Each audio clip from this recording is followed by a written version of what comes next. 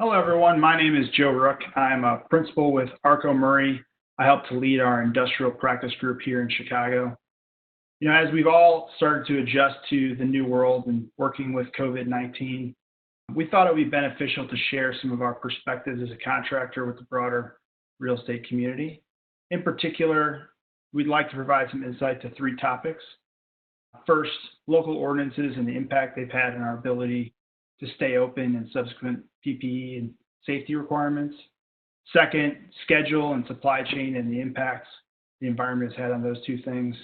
And last but not least, pricing and where we've seen it going and where we speculate it may go. As a national design builder, it's been particularly difficult to manage. Every state has had its own requirements, and a lot of times within those states, there's been a plethora of different requirements at the local level. In some ways, we've been fortunate here in Illinois that the state has been, as strict as it has been, and so there hasn't been that same variety at the local level. And while the state's requirements have evolved and changed, I think that evolution has been fairly logical. We haven't had total changes in the policy, and so as a result, we've been able to, and a lot of the other contractors have been able to create policies that work and have functioned to keep a lot of our projects active.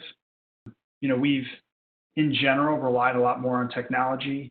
We have limited trailer meetings. All of our job site meetings are small group people, in an outdoor environment on site. And on a case-by-case basis, we do have projects that are doing individual screenings at the beginning of each day. But in general, we feel confident that with our ability to stay open to date, and then as we've seen the evolution and the change to policies from the state and the other governments slow down, that all indications are that we're going to stay active and open for the foreseeable future. As it relates to schedule and the supply chain, there's a couple of different things that we're monitoring. First, manpower is obviously important. We've been able to keep almost all of our jobs locally open. So the one potential limiting factor would be manpower. And we've seen this as an issue in other states where the wages and the unions aren't as strong. Here locally, because those two things are strong, we haven't seen much any dip in manpower availability, and as a result, we haven't had any problems on that front.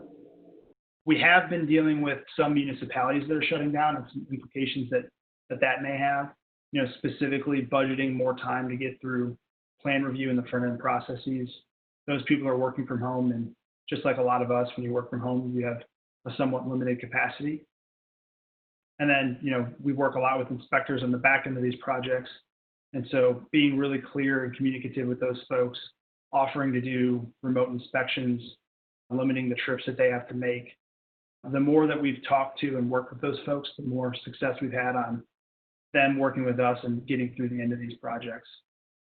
And last but not least, really just focusing on and trying to understand the supply chain.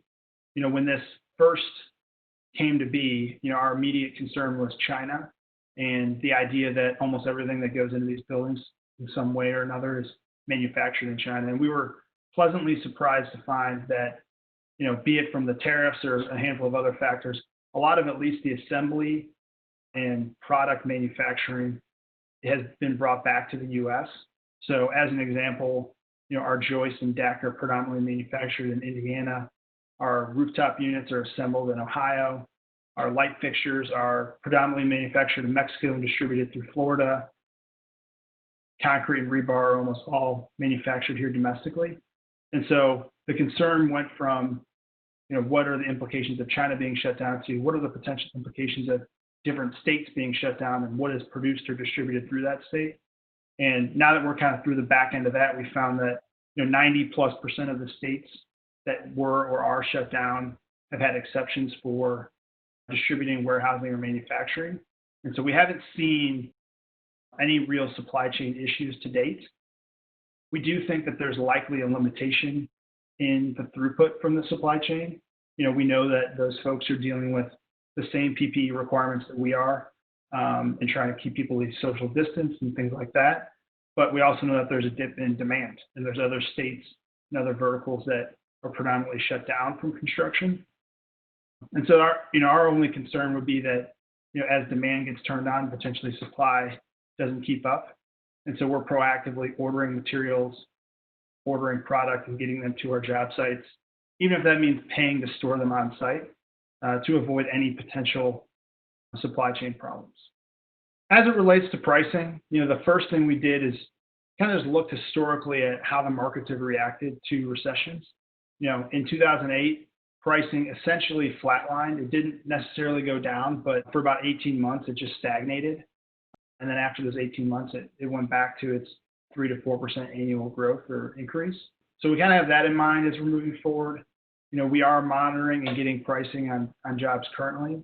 And what we found is, any of the jobs that are more short term, a lot of our tenant solutions work, et cetera, the marketplace is still busy. Our projects are still active. Most of the marketplaces, jobs, at least locally in the state of Illinois, are still active. And so as a result, there hasn't been a knee-jerk reaction to cutting the pricing or slashing the pricing. Mostly that stayed fairly consistent. We do have one data point, and it's only one data point of a project that broke ground last month that will be kind of under construction from now till the end of the year.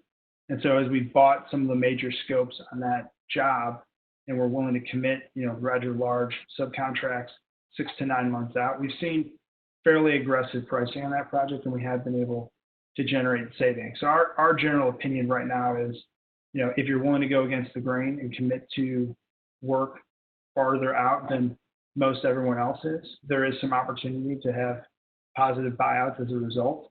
But on the shorter term, more competitive work, there isn't that same availability or opportunity. There's a handful of factors that we see that could bring pricing up in the long run or bring pricing down in the long run. It's all predicated on the speed at which the market reacts and comes back, and we get back to kind of the normal economic activity.